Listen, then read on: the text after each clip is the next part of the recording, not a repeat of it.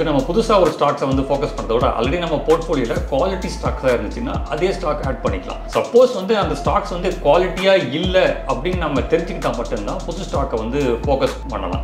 ₹1,00,000 உங்களுடைய போர்ட்ஃபோலியோ அப்படின்னா உங்களுடைய போர்ட்ஃபோலியோவில் ஒரு ₹80,000 வந்து நீங்கள் வந்து ஒரு லாங் டேர்முக்கு ஃபண்டமெண்டலாக வச்சுக்கிட்டு ஒரு ₹20,000 வந்து ஒரு டெக்னிக்கல் பேசிஸ் அடிப்படையில் ஒரு ட்ரேடிங் ஸ்டாக்காக நீங்கள் அதை யூஸ் பண்ணிக்கணும். இந்த ₹20,000 வர ப்ராஃபிட்லேருந்து என்ன பண்ணலாம், நீங்கள் இந்த லாங் டேர்முக்கு அந்த ப்ராஃபிட்டை எடுத்து நீங்கள் லாங் டேர்ம் ஸ்டாக்ஸை வந்து நீங்கள் அக்யூமுலேட் பண்ணிக்கலாம். இந்தியன் மார்க்கெட் டவுன் ட்ரெண்டுங்கிறது வந்து ஒரு ஷார்ட் டேர்ம் டவுன் ட்ரெண்டு தான். ஸ்டில் வந்து இந்தியன் மார்க்கெட்டுக்கு வந்து ஸ்கோப் இருக்குது. ஸோ இந்திய பொருளாதாரம் வந்து ஒரு ஏறுமுகத்தை கூடிய பொருளாதாரம். டெஃபினட்டாக வந்து எந்த கவர்மெண்ட் இந்த நாட்டில் வந்து ரூல் பண்ணாலும் ஸோ இந்த இந்தியன் மார்க்கெட் வந்து அப் ட்ரெண்ட் மார்க்கெட் தான். ட்ரேடர்ஸாக இருக்கிறவங்க வந்து ஸ்டாப் லாஸ் வந்து மெயின்டைன் பண்ணணும். ஏன் அப்படின்னா ஸ்டாப் லாஸ் மெயின்டைன் பண்ணுன்னா அது வந்து மதர் ஆஃப் ஆல் லாஸஸாக கன்வெர்ட் ஆகிடும். அதனால் வந்து ட்ரேடர்ஸ் வந்து ஸ்டாப் லாஸ் மெயின்டைன் பண்ணலாம். இன்வெஸ்டர்ஸ் வந்து ஸ்டாப் லாஸ் மெயின்டைன் பண்ணணும் அவசியம் கிடையாது.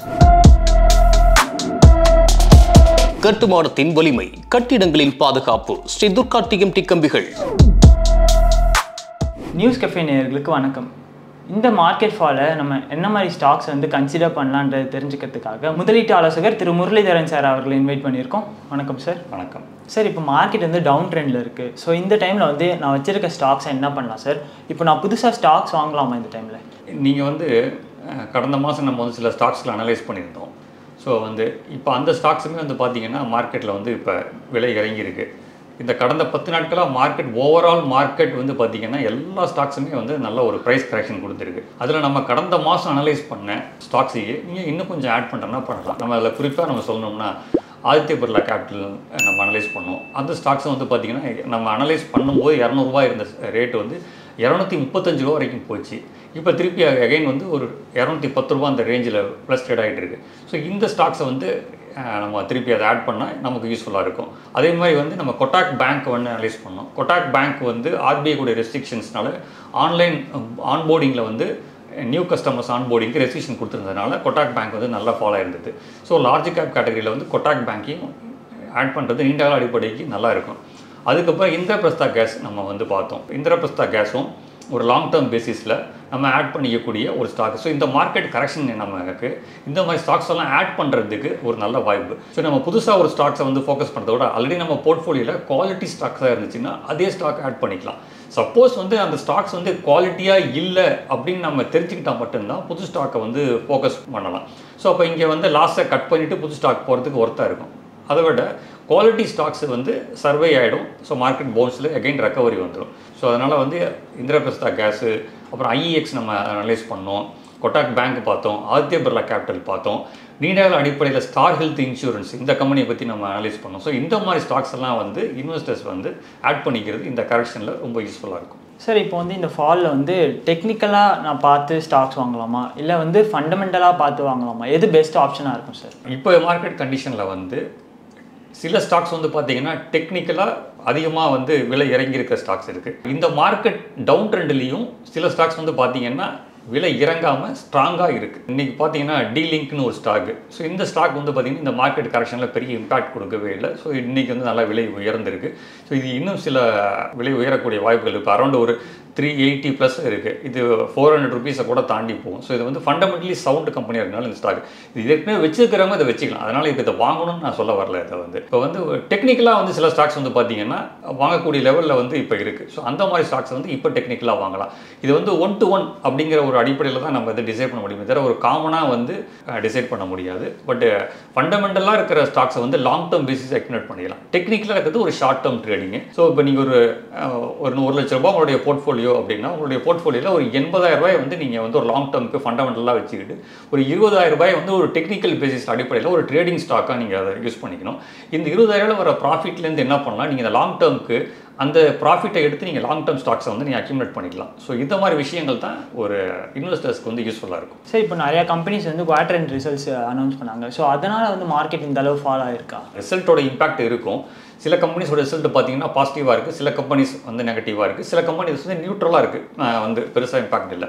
பட் இந்த மார்க்கெட்டோடைய கரெக்ஷன் வந்து வெறும் ரிசல்ட்டை மட்டுமே, அதாவது குவார்ட்டர் ரிசல்ட்டை மட்டும் வச்சு கிடையாது, வேரியஸ் ரீசன்ஸ் வந்து இதுக்குள்ள அடங்கி இருக்குது. அதனால் ரிசல்ட்டை வந்து இப்போ வந்து ரிசல்ட் நெகட்டிவாக இருக்கிறது வந்து நாளைக்கு அடுத்த குவார்ட்டரில் வந்து பாசிட்டிவாக இல்லை. அதனால் ஒரு கம்பெனியை வந்து ஒரு 3 குவார்ட்டர் அடிப்படையில் நம்ம அனலைஸ் பண்ணி பார்க்கும்போது மட்டும்தான் தொடர்ந்து ஒரு கம்பெனி வந்து 3 குவார்ட்டர் நெகட்டிவ் ரிசல்ட் கொடுக்குது அப்படின்னு நம்ம அந்த ஸ்டாக்லேருந்து வெளியில் போகிறது கன்சிடர் பண்ணலாம். சில கம்பெனி வந்து ஏதோ ஒரு விஷயத்தினால வந்து அவங்களுடைய ஷார்ட் டேர்ம் பிஸ்னஸ் இம்பாக்டாக இருக்கும், இல்லை வேறு எக்ஸ்டர்னலாக வேறு ஒரு காரணங்கள் இருக்கலாம். ஸோ அதனால் வந்து ஒரு குவார்ட்டர் இறங்கியிருக்கும், அடுத்த குவார்ட்டர் வந்து ரெக்கவரி ஆகிடும். ஸோ அதனால் குவாலிட்டி கம்பெனிஸ் வந்து ஒரு குவார்ட்டர் டிசைட் பண்ணி நீங்கள் எதுவும் முடிவு எடுக்க வேண்டாம், ஒரு 3 குவார்ட்டர் அடிப்படையில் நீங்கள் அந்த முடிவு எடுக்கிறது நல்லது. சரி, இப்போ நான் வந்து ஸ்டாக் வாங்கணும், நான் வந்து இந்த ஃபாலை யூஸ் பண்ணி என்ன மாதிரி செக்டார்ஸில் ஸ்டாக்ஸ் வாங்கினா எனக்கு ஃபியூச்சரில் வந்து அது ப்ராஃபிட்டபுளாக இருக்கும் சார்? இப்போ இந்த ஃபாலில் வந்து பார்த்தீங்கன்னா நிஃப்டி 500, அதை வந்து 500ங்கிறது அந்த கிட்டத்தட்ட வந்து பார்த்தீங்கன்னா அதில் லார்ஜ், மிட், ஸ்மால் எல்லா ஸ்டாக்ஸுமே கலந்து ஒரு ப்ராடர் இண்டெக்ஸ்னு சொல்லலாம். இந்த நிஃப்டி 500 வந்து பார்த்தீங்கன்னா இது ஒரு அப் ட்ரெண்டில் இருக்கக்கூடிய ஒரு இண்டெக்ஸ். இது தொடர்ந்து வந்து அப்ஸ் அண்ட் டவுன் இருக்குது. இப்போ வந்து ஒரு சப்போர்ட் லெவலில் இப்போ இருக்குது இந்த கரெக்ஷனில்.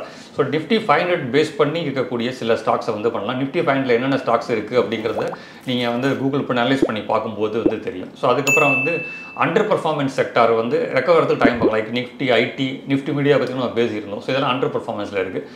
நிஃப்டி ஆட்டோமொபைல் வந்து ரொம்ப ஸ்ட்ராங்காக இருக்குது. ஸோ நிஃப்டி ஆட்டோமொபைலில் சில ஸ்டாக்ஸை வந்து நீங்கள் கன்சிடர் பண்ணலாம். உதாரணத்துக்கு வந்து பார்த்தீங்கன்னா அசோக் லைலண்டை சொல்லலாம். அசோக் லைலண்ட் வந்து நிஃப்டி ஆட்டோவில் இருக்கக்கூடிய one of the large cap stock. So நல்லா பர்ஃபார்ம் பண்ணிகிட்டு இருக்குது. இப்போ 197 இந்த ரேஞ்சில் ட்ரேட் ஆகிட்டு இருக்கு. ஸோ வரும் நாட்களில் வந்து விலை உயரக்கூடிய ஒரு ஸ்டாக்கு. ஸோ அசோக் லைலண்டை வந்து ஒரு ஃபண்டமெண்டலாகவும் டெக்னிக்கலாகவும் கன்சிடர் பண்ணலாம். So Nifty auto. அப்புறம் ஃபார்மாவும் வந்து பார்த்தீங்கன்னு சொல்லி சொன்னால் ஃபார்மாலையும் சில ஸ்டாக்ஸுகள் இருக்குது. ஸோ நிஃப்டி ஃபார்மாவை கன்சிடர் பண்ணலாம். ஸோ அது ஏற்கனவே நீங்கள் என்ன ஸ்டாக்ஸ் வச்சுருக்கீங்க அப்படிங்கிறத அனலைஸ் பண்ணிவிட்டு ஸோ ஃபார்மா ஸ்டாக்ஸை ஃபோக்கஸ் பண்ணலாம். நிஃப்டி வந்து இன்ஃப்ரா, ஸோ இன்ஃப்ராலையும் வந்து சில ஸ்டாக்ஸுகள் நல்ல ஸ்கோப் இருக்குது. ஸோ நிஃப்டி இன்ஃப்ரா வந்து கன்சிடர் பண்ணலாம். ஸோ பார்ட் பை பார்ட்டாக வந்து நீங்கள் வாங்கிக்கிறது உங்களுக்கு யூஸ்ஃபுல்லாக இருக்கும். சரி, இப்போ வந்து நான் ஸ்டாக்ஸ் வாங்கணும், ஸோ இந்த ஃபாலை யூஸ் பண்ணி நான் என்ன மாதிரி செக்டார்ஸில் ஸ்டாக் வாங்கினா ஃபியூச்சரில் வந்து அது ப்ராஃபிட்டபுளாக இருக்கும்? இப்போ வந்து மார்க்கெட்டில் வந்து இப்போ எல்லா செக்டாருமே வந்து இந்த லாஸ்ட் ஒரு 1 வீக்காக வந்து அண்டர் பர்ஃபார்மன்ஸில் தான் இருக்குது. ஸோ பட் இந்த அண்டர் பர்ஃபார்மன்ஸ்லேயே ஸ்ட்ராங்கான சில செக்டார்ஸ் இருக்குது. உதாரணத்துக்கு வந்து நிஃப்டி ஆட்டோ. ஸோ நிஃப்டி ஆட்டோவில் வந்து அசோக் லைலண்ட் வந்து ஒன் ஆஃப் த ஸ்ட்ராங்கான ஸ்டாக்காக இருக்குது. ஸோ அசோக் லைலண்ட் வந்து இப்போ வந்து 197 ரூபீஸ் ட்ரேட் ஆகிட்டு இருக்குது. ஸோ வரும் நாட்களில் வந்து இது 225 250 வரைக்கும் கூட போகலாம். ஸோ வந்து அதனால் வந்து நிஃப்டி ஆட்டோவில் வந்து அசோக் லேண்ட் வந்து நல்ல ஸ்டாக்கு. நிஃப்டி பேங்க் வந்து நல்லா பர்ஃபார்ம் பண்ணக்கூடிய வந்து ஒரு இண்டெக்ஸு. ஸோ இதில் வந்து பார்த்திங்கன்னா அண்டர் பர்ஃபார்மன்ஸில் இருக்கக்கூடிய இப்போ அந்த ஆர்பிஐ ரெஸ்ட்ரிக்ஷனால் கொட்டாக் பேங்க் வந்து அண்டர் பர்ஃபார்மன்ஸில் இருக்குது, HDFC பேங்க் அண்டர் பர்ஃபார்மன்ஸில் இருக்குது. அவுட் பர்ஃபார்மன்ஸ் ஸ்டாக் வந்து ICICI பேங்க், ஆக்சிஸ் பேங்க்கு. ஸோ நிஃப்டி பேங்க்ஸ் வந்து ப்ரைவேட் பேங்க்ஸ் வந்து கன்சிடர் பண்ணலாம். பப்ளிக் செக்டார் பேங்க்ஸ் வந்து அதில் வந்து SBI வந்து நல்ல ரிசல்ட் கொடுத்துருக்கு. SBI பண்ணலாம். நம்ம போன இன்டர்வியூ நம்ம சொல்லியிருந்த மாதிரி வந்து ஸ்மால் சைஸ் ஸ்டாக் அப்படிங்கிற போது வந்து பேங்க் ஆஃப் மகாராஷ்டிரா, சென்ட்ரல் பேங்க்கு, இந்த மாதிரி ஸ்டாக்ஸை வந்து கன்சிடர் பண்ணலாம். ஸோ நிஃப்டி பேங்க் இண்டெக்ஸும் ஸ்ட்ராங்கான ஸ்டாக்கு, நிஃப்டி இன்ஃப்ராவும் நல்ல ஸ்டாக்கு, நல்ல இண்டெக்ஸு, நிஃப்டி ஃபார்மாவும் கன்சிடர் பண்ணலாம். So Nifty pharma, Nifty private banks and then வந்து நிஃப்டி ஆட்டோ, ஸோ இந்த மாதிரி செக்டார்ஸ்லாம் வந்து ஃபோக்கஸ் பண்ணலாம். சார், இப்போ வந்து இந்தியன் மார்க்கெட் வந்து டவுனில் இருக்குது. ஸோ இந்த டைமில் நான் வேறு ஏதாவது கண்ட்ரியோட இண்டெக்ஸில் இன்வெஸ்ட் பண்ணலாமா? அப்படி இன்வெஸ்ட் பண்ணலாம்னா எந்த கண்ட்ரியோட இண்டெக்ஸில் இன்வெஸ்ட் பண்ணலாம் சார்? இந்தியன் மார்க்கெட் டவுன் ட்ரெண்டுங்கிறது வந்து ஒரு ஷார்ட் டேர்ம் டவுன் ட்ரெண்டு தான். ஸோ ஸ்டில் வந்து இந்தியன் மார்க்கெட்டுக்கு வந்து ஸ்கோப் இருக்குது. ஸோ இந்திய பொருளாதாரம் வந்து ஒரு ஏறுமுகத்தை கூடிய பொருளாதாரம்.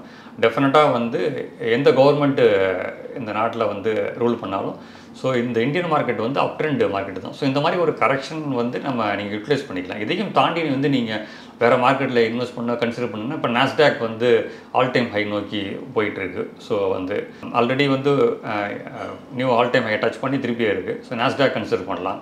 அண்ட் தென் ஹாங்சங் இண்டெக்ஸ் வந்து பார்த்திங்கன்னா ஒரு 6 வருஷமாக அண்டர் பர்ஃபார்மன்ஸ் கொடுத்த ஒரு இண்டெக்ஸு.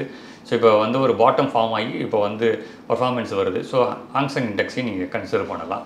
ஸோ ஒரு நிஃப்டியை மட்டும் நீங்கள் ஃபோக்கஸ் பண்ணாமல் ஒரு ஆல்டர்னேட்டிவாக கன்சிடர் பண்ணும்போது இந்த 2 இண்டெக்ஸையும் நீங்கள் கன்சிடர் பண்ணலாம். ஸோ இதை வந்து நீங்கள் வந்து ETF மூலமாக வந்து நீங்கள் வந்து ஹாங்சங் இண்டெக்ஸோடைய பீஸ் இருக்குது நீங்கள் வாங்கலாம். ஸோ நாஸ்டாக் பேஸ் பண்ணியான ஃபண்ட்ஸ் இருக்குது நீங்கள் வாங்கலாம். நாஸ்டாக் ETFs இருக்குது நீங்கள் வாங்கலாம். ஸோ நீங்கள் மியூச்சுவல் ஃபண்டு மூலமாக வாங்கலாம், ETF மூலமாகவும் நீங்கள் வாங்கிக்கலாம். இதெல்லாம் வந்து படிப்படியாக வந்து நீங்கள் அக்யூமுலேட் பண்ணணும். ஸோ ஒரு தடவை நீங்கள் இன்வெஸ்ட் பண்ணிவிட்டு நீங்கள் விட்டுறாமல் பீரியாடிக்காக நீங்கள் தொடர்ந்து இதில் வந்து நீங்கள் பார்ட் பை பார்ட்டாக நீங்கள் முதலீடு பண்ணால் உங்களுக்கு நல்லது. சார் இப்போ வந்து இந்தியன் மார்க்கெட் டவுன் ட்ரெண்டில் இருக்குது. ஸோ இந்த டைமில் லாங் டேர்ம் இன்வெஸ்டர்ஸ்க்கு எந்த ப்ராப்ளமும் இல்லை. அதே ஷார்ட் டேர்ம் இன்வெஸ்டர்ஸ்க்கு வந்து என்ன மாதிரி ஸ்டாக்ஸ் வந்து சஜஸ்ட் பண்ணுவீங்க? கடந்த மாதத்தில் நம்ம ஷேர் பண்ணியிருந்த அந்த ஸ்டாக்ஸையே கூட திருப்பி ஃபோக்கஸ் பண்ணலாம். So IGL, Indraprastha gas, Aditya Birla Capital, அப்புறம் பேங்க் சைடில் வந்து பார்த்திங்கன்னா கொட்டாக் பேங்க், ஹெச்டிஎஃப்சி பேங்க் வந்து நீங்கள் வந்து லாங் டேர்முக்கு வச்சுக்கலாம். ஷார்ட் டேர்முக்கு வந்து நீங்கள் IGL, Indraprastha gas, Aditya Birla Capital, and then வந்து வாட்டெக் வாபேக்னு ஒரு ஸ்டாக் இருக்குது. ஸோ அவங்க வந்து என்ன பிஸ்னஸ்னால் இந்த வாட்டர் ட்ரீட்மெண்ட் ஃபீல்டு, கடல்நீரை குடிநீராக்கும் திட்டம், நீங்கள் ஈசிஆரில் போனீங்கன்னா நீங்கள் பார்ப்பீங்க. அவங்களுடைய பிளான்ட்டு கூட இங்கே இருக்குது. ஸோ அந்த கம்பெனி வந்து ஃபண்டமெண்டலாகவும் டெக்னிக்கலாகவும் ஸ்ட்ராங்கான ஸ்டாக்கு. இது ஷார்ட் டேர்முக்கு யூஸ்ஃபுல்லாகவே இருக்கும். அப்புறம் ஆட்டோமொபைல்ஸ் நான் சொன்னேன், அசோக் லேண்ட் சொன்னேன். அதுலேயே வந்து முஞ்சால் ஷோவான ஒரு ஸ்டாக் இருக்குது, ஜாம்னா ஆட்டுன்னு ஒரு ஸ்டாக் இருக்குது. ஸோ இந்த மாதிரி ஸ்டாக்ஸுக்கு வந்து ஷார்ட் டேர்முக்கு ட்ரேடர்ஸ்க்கு யூஸ்ஃபுல்லாக இருக்கும். இதெல்லாம் நீங்கள் கன்சிடர் பண்ணலாம். சார் இந்த மாதிரி ஃபால் டைமில் நம்ம ஸ்டாப் லாஸ் மெயின்டைன் பண்ணலாமா? அப்படி ஸ்டாப் லாஸ் மெயின்டைன் பண்ணுறது கரெக்டான ஆப்ஷனாக இருக்குமா? லாங் டேர்ம் இன்வெஸ்டர்னால் நீங்கள் ஸ்டாப் லாஸ் வந்து மெயின்டைன் பண்ணணும்னு அவசியம் கிடையாது. ஸோ நீங்கள் எவ்ரி ஃபாலுக்கு வந்து நீங்கள் எஸ்ஐபி முறையில் வந்து நீங்கள் ஸ்டாக்ஸை அக்யூமுலேட் பண்ணிக்கலாம். எப்படி மியூச்சுவல் ஃபண்டில் எஸ்ஐபியில் நம்ம அக்யூமுலேட் பண்ணுவோம். ட்ரேடர்ஸாக இருக்கிறவங்க வந்து ஸ்டாப் லாஸ் வந்து மெயின்டைன் பண்ணணும். ஏன் அப்படின்னா ஸ்டாப் லாஸ் மெயின்டைன் பண்ணுன்னா அது வந்து மதர் ஆஃப் ஆல் லாஸஸாக கன்வெர்ட் ஆகிடும்.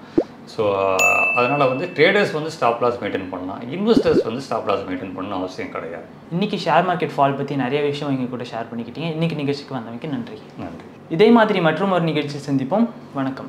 இந்த வீடியோ உங்களுக்கு பிடிச்சிருந்தா லைக் பண்ணுங்க, ஷேர் பண்ணுங்க, கமெண்ட் பண்ணுங்க. மறக்காம பெல் பட்டனை கிளிக் பண்ணிட்டு சப்ஸ்கிரைப் பண்ணிடுங்க.